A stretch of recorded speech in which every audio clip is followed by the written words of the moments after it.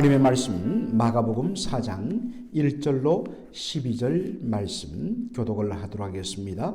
예수께서 다시 바닷가에서 가르치시니 큰 무리가 모여 들거늘 예수께서 바다에 떠 있는 배에 올라 앉으시고 온 무리는 바닷가 육지에 있더라. 이에 예수께서 여러 가지를 비유로 가르치시니 그 가르치시는 중에 그들에게 이르시되 들으라. 씨를 뿌리는 자가 뿌리러 나가서 뿌릴새 들으는 길가에 떨어지매 새들이 와서 먹어버렸고 들으는 흙이 얇던 돌밭에 떨어지매 흙이 깊지 아니하므로 곧 싹이 나오나 해가 돈 후에 타서 뿌리가 없으므로 말랐고 들으는 가시떨기에 떨어지매 가시가 자라 기운을 막음으로 결실하지 못하였고 들으는 좋은 땅에 떨어지매 자라 무성하여 결실하였으니 30배나 60배나 100배가 되었느니라 하시고 또 이르시되 들을 귀 있는 자는 들으라 하시니라. 예수께서 홀로 계실 때에 함께한 사람들이 12 제자와 더불어 그 비유들에 대하여 물으니 이르시되 하나님 나라의 비밀을 너희에게는 주었으나 외인에게는 모든 것을 비유로 하나니 다같이요 이런 그들로 보기는 보아도 알지 못하며 듣기는 들어도 깨닫지 못하게 하여 돌이켜 죄사함을 얻지 못하게 하려 함이라 하시고. 아멘. 오늘 저는 본문을 중심으로 좋은 땅에 떨어짐에 라는 제목으로 말씀을 전하고자 합니다. 오늘 본문은 이제 본격적으로 이 본문 말씀에 대한 예수님의 해석이 바로 그 다음 부분부터 나오기 때문에 내일 새벽 기도를 통하여서 우리가 살펴보게 될 것입니다. 예수님께서 다시 바닷가로 나가셨습니다. 거기서 하나님의 말씀을 가르치셨습니다. 우리가 마가복음을 보면 그 예수님의 루틴, 늘 일정한 그 사역의 패턴이 노는데 주로 예수님이 사람들을 가르치실 때는 바닷가로 나가셔서 가르치셨습니다.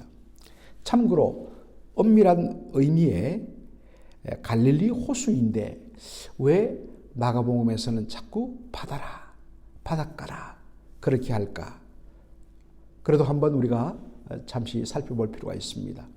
히브리어의 그 이암이라는 단어가 있는데 이 단어는 뜻이 바다도 되고 호수도 됩니다. 우리처럼 호수가 있고 바다가 있고 단어가 구분되는 것이 아니라 히브리어로는 딱 한 단어밖에 없습니다.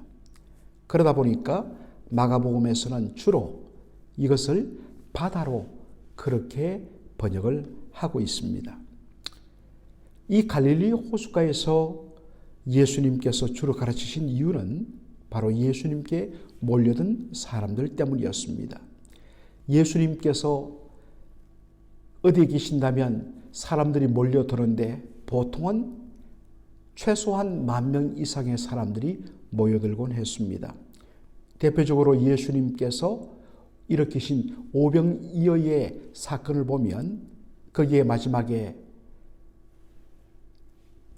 보리떡 5개와 물고기 2마리로 남자만 5,000명을 먹였고 12광줄이나 남겼더라 라고 되어 있습니다. 남자만 5,000명이라는 것은 당시 유대인들의 사람을 헤아리는 방법인데 바로 여자와 어린 아이들은 제외하고 남자들만 그렇게 숫자에 넣는 방식이었습니다. 그러니까 바로 말씀을 듣고 예수님으로부터 여러 가지 놀라운 치유의 은혜를 받은 그렇게 몰려든 사람은 최소한 10,000명 이상이었다는 것을 우리가 알게 됩니다. 그러니까 이것은 웬만한 그 집 공간 안에서는 도무지 수용이 불가능합니다. 그러다 보니까 자연적 그 넓은 갈릴리 호숫가로 사람들을 데리고 갈 수밖에 없습니다. 그런데 이미 그 넓은 갈릴리 호수변도 그 10,000명 이상의 사람들이 모여들면서 꽉 차게 되니까 예수님 발 디딜 틈이 없습니다. 그래서 항상 예수님께서는 작은 배를 준비시켜 그 무태서 호숫가에서 호수 안쪽으로 조금 떨어진 상태에서 바깥을 향하여 말씀을 전한 방법을 택한 것입니다. 잘 들리겠느냐? 그런데 이 성지순례를 가신 분들이 갈릴리 호수에서 그런 테스트를 한다고 그래요. 바깥에 있고 떨어진 상태에서 그 바깥쪽을 향하여 소리를 내면 이상하게도 그 구조상 소리가 너무너무 선명하게 잘 들리는 그러한 독특한 호수의 구조를 가지고 있다는 것입니다. 예수님은 그것을 사용하여서 몰려드는 사람들에게 하나님의 말씀을 전하셨습니다. 그런데 예수님이 전하신 말씀의 언제나 중심 주제는 바로 하나님의 나라였습니다. 예수님께서 처음 사역을 시작하시면서 예수님께서 선포했던 말씀이 뭡니까? 하나님의 나라가 가까이 왔으니, 때가 차고 하나님의 나라가 가까이 왔으니 회개하고 복음을 믿으라. 하나님 나라를 선포하셨습니다. 그리고 사도행전 1장을 보면 예수님께서 부활하시고 성천하시기까지 40일 동안 제자들과 함께 계시면서 전한 말씀이 뭐냐? 하나님 나라에 대하여 말씀하셨다 했습니다. 그렇기 때문에 예수님의 시작과 예수님의 지상사역의 마지막 부분에 공통된 주제가 하나님 나라이기 때문에 예수님의 사역기간 중에 전했던 모든 말씀도 다 하나님 나라에 대한 말씀이었습니다. 그리고 하나님 나라의 그 말씀을 전하는 방식이 뭐냐면 비유를 통하여 말씀하셨습니다. 예수님은 바로 일상적인 삶의 내용을 가지고 빗대어서 사람들에게 설명을 하셨습니다. 그러다 보니까 사람들이 쉽게 그것을 이해할 수가 있었습니다. 그런데 예수님이 전하신 모든 비유 중에서 바로 오늘 함께 나눈 이 씨 뿌리는 자의 비유가 하나님 나라의 비유들을 열은 열쇠와 같다. 그렇게 우리는 보게 되는 것입니다. 예수님이 비유를 드셨습니다. 농부가 씨 뿌리는 자가 나가서 씨를 뿌리는데 일부는 길가에 떨어지니까 새들이 와서 주워 먹어버렸고 또 일부 떨어진 씨앗들은 얇게 흙이 깔린 돌밭에 떨어졌다. 밑에는 돌이 가득하기 때문에 잠시 싹은 났지만 이내 뿌리를 내리지 못하고 뜨거운 햇빛에 의해서 그 수분기가 싹 말라버리면서 그 났던 싹도 다 말라버리고 말았다. 익숙하게 주변에서 볼 수 있는 내용이죠. 그리고 그 일부의 씨앗은 밭 주변의 가시떨기에 떨어짐에 가시덤불에 떨어짐에 싹은 튀었는데 그 가시덤불의 기운에 눌려서 바깥으로 나오지를 못하고 눌리고 갇히는 바람에 결실하지 못했다. 그리고 또 일부의 씨앗들은 좋은 밭에 떨어지니까 30배나 60배나 100배나 결실하게 되었다. 라고 말씀하시면서 마지막으로 하시는 말씀, 들을 귀 있는 자는 들으라. 라고 이렇게 비유를 마치신 것입니다. 여러분, 이 비유에 대한 해석은 사실 예수님께서 친히 해 주셨습니다. 그러니까 내일 본문에서 살피기로 하고, 조금 전에도 말했지만 예수님의 비유는 팔레스타인, 바로 삶의 모든 환경 속에서 발견되는 것을 사용하셨습니다. 여기서 우리가 한 가지 질문을 던져볼 필요가 있는 것은 왜 예수님께서 뿌린, 농부가 뿌린 씨앗이 길바닥에 떨어지고 어떤 것들은 돌짝밭에 떨어지고 어떤 것들은 가시 떨기에 떨어지는가? 여러분, 이것이 우리에게는 이해되지 않습니다. 왜냐하면 농사 방식이 다르기 때문입니다. 우리 같은 경우에는 농사를 어떻게 짓습니까? 먼저 밭을 쟁기로 다 갈아엎습니다.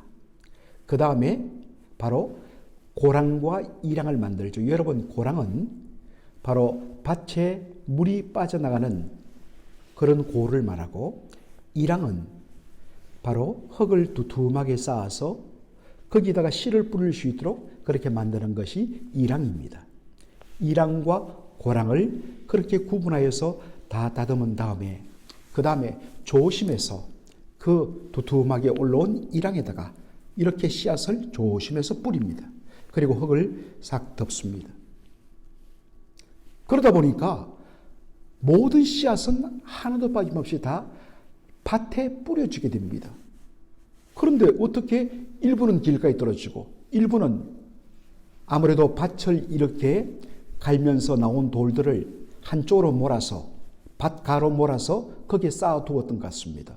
거기에 떨어질 이유가 없습니다. 그런데 거기에 떨어졌다고 그러고, 또 일부는 밭 주변에 있는 가시 덤불떨기에 떨어졌다. 우리에게는 이해가 되지 않습니다. 아니, 어떤 의미에서는 여러분들 이런 의문을 제기하지 않은 채 이것을 아마 보실 수도 있었을 것입니다. 자, 여러분, 예수님의 비유는 바로 예수님이 살고 계셨던 팔레스타인의 일상적인 환경을 사용하여서 비유를 사용하셨다 했습니다.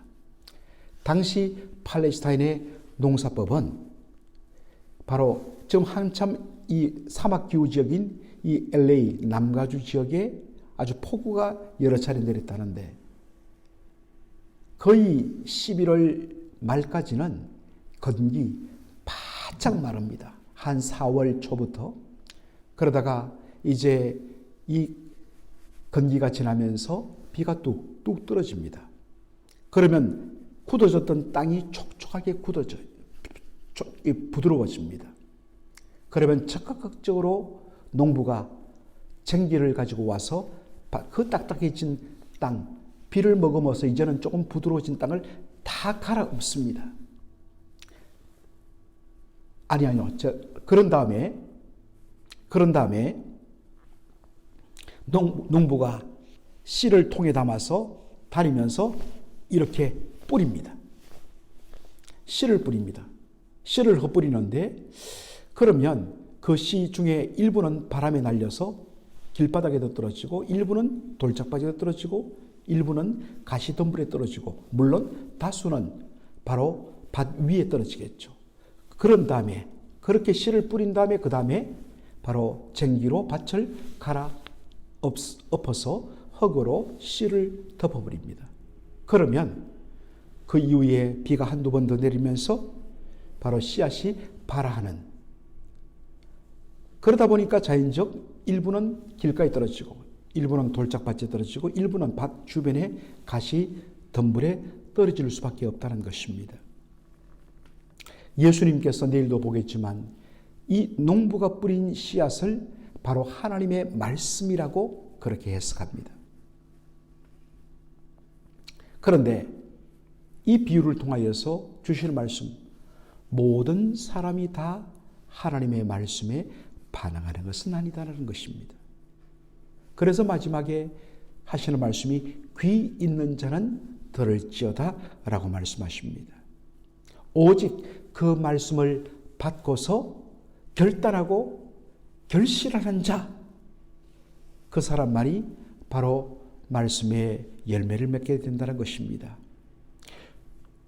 교회 다닌다고 모든 분들이 다 영적으로 결실하고 성장하고 열매 맺지 않는다는 것을 보여줍니다. 오직 그 말씀에 순종하고 결단하는 자만이 결실을 맺는 것입니다. 또 하나 우리가 이 말씀에서 주목할 것은 좋은 밭에 떨어진 씨가 30배나 60배나 100배나 결실하더라라는 표현이 있습니다. 그냥 우리는 일반적으로 주여 30배, 60배, 100배의 결실 맺게 하여 주옵소서, 우리는 이렇게 보통 인용합니다. 그러나 잘 보십시오. 30배나 60배나 100배나 결실했다. 30배, 60배, 100배를 영어 성경으로 보면 그 연결고리가 뭐냐면 OR입니다. 30배 혹은 60배 혹은 100배 결실을 맺는다. 다시 말해서 말씀을 받아서 결단한다 할지라도 사람마다 맺는 결실의 바로 양이 다르다는 것을 보여줍니다. 얼마만큼 온 힘을 다하여 하나님의 말씀을 받아들이고 결단하는가로 열매 맺는 것이 달라진다는 것입니다. 이왕이면 다다익선이라고 많은 열매를 맺는 것이 좋습니다. 그러나 중요한 것은 분량에 따라 적을지라도 그 말씀에 대하여 반응하여 결실하는 것 자체가 중요하다는 것입니다. 그래서 주님께서는 다 100배 열매 맺지 않으면 다들 잘못됐다 하지 않습니다. 때로는 30배 맺을 수 있습니다. 어떤 사람은 60배 맺을 수 있습니다. 주님께서는 그것들을 다 받아주십니다. 이것은 달란트 비유를 통해서 어떤 사람은 받은 그 5달란트를 가지고 장사해서 5을 남기고 2달란트 받은 사람은 장사해서 2달란트를 남겼을 때 그 칭찬이 동일합니다. 착하고 충성된 종아, 내가 작은 일에 충성하였으니 내가 큰 것을 맡기고 나의 잔치에 참여할지어다 라고 말씀하는 것입니다. 각자마다 그릇이 다르고 믿음의 내용이 다릅니다. 그러나 분명한 것은 최소한이라도 열매 맺고 있는가, 그것이 중요하다는 것입니다. 지금 말씀을 통하여서 우리의 영적인 상태, 마음의 상태는 어떤지를 한번 살펴볼 필요가 있습니다.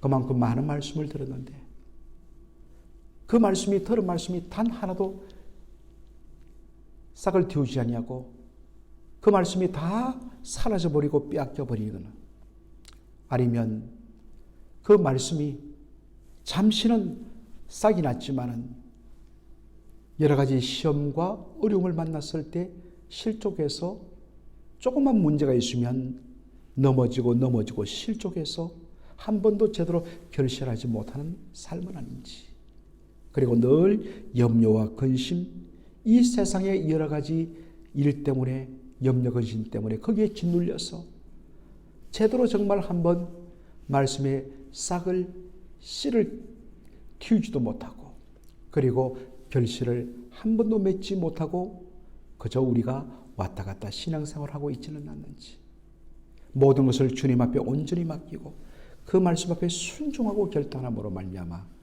정말 하나님의 말씀에 대한 열매를 맺는 그런 풍성한 삶을 살고 있는지 늦지 않았습니다. 바로 들을 귀 있는 자는 들으라 했습니다. 말씀에 대하여 반응함으로, 결심함으로 말미암아 정말 내 인생에 작더라도 한번 결실하는 그러한 멋진 신앙생활 한번 하다가 주님 앞에 서고 싶다는 결단하는 저와 여러분이 되기를 주의 이름으로 축원합니다. 아멘. 살아계신 우리 아버지 하나님, 오늘 예수님께서 모든 예수님의 하나님 나라의 비유에 대한 열쇠의 역할과 같은 씨 뿌리는 자의 비유를 저희들이 바로 그 내용만 잠시 다루었습니다. 이제 내일 예수님께서 친히 이 비유에 대하여 해석하시는 것을 통하여 이 비유의 깊은 내용을 다룰 것이지만, 오늘 이 말씀을 통하여서 지금 우리의 영적인 상태, 심령의 상태는 어떠한지를 살펴보는 시간을 가졌습니다. 오랫동안 우리가 신앙생활을 했지만,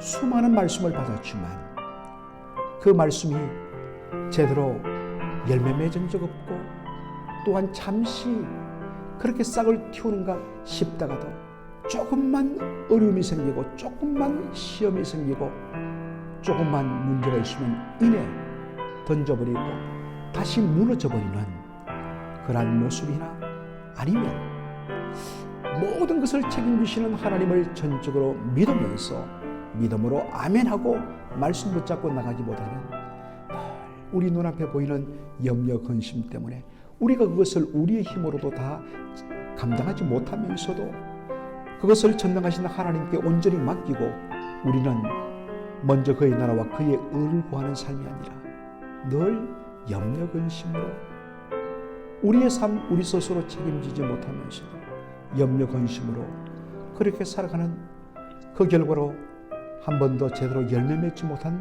삶이 아니었는지를 돌아보게 하여 주옵소서. 아버지 하나님, 늦지 않았습니다. 아직도 주께서 우리에게 말씀하십니다. 들을 귀 있는 자는 들을지어다. 하나님 우리 아버지, 주께서 다시 한 번 더 기회를 주셨는데 아버지 하나님이여, 우리의 남은 세계 동안 적은 분량이라도 하나님의 말씀을 붙들고 작지만 정말 열매 맺고 결실하여 그 기쁨을 누리며 하나님께 영광을 돌리는 그러한 신앙생활 하고 싶다는 거룩한 소원이 오늘 이 시간에 불타오르게 하여 주시옵소서. 예수님의 이름으로 기도하옵나이다. 아멘.